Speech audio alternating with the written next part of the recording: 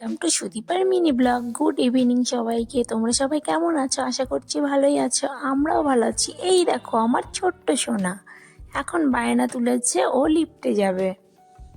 আমি কি করব ভাবতে পারছি না। ওর পাপাও এখনো কাজ থেকে বাড়ি আসেনি, আর এখন ছাদে যাওয়া যাবে না। ওর পাপা আসবে তারপরে যাব ছাদে। তো আমি ওকে একটু ওপর থেকে ঘুরিয়ে নিয়ে আসবো।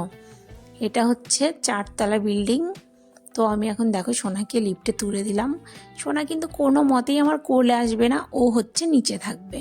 জানি না কিছুদিন আগে অবধি ও কোলে উঠে যেত ওপরে, কিন্তু এখনও নিচে দাঁড়িয়ে যায়।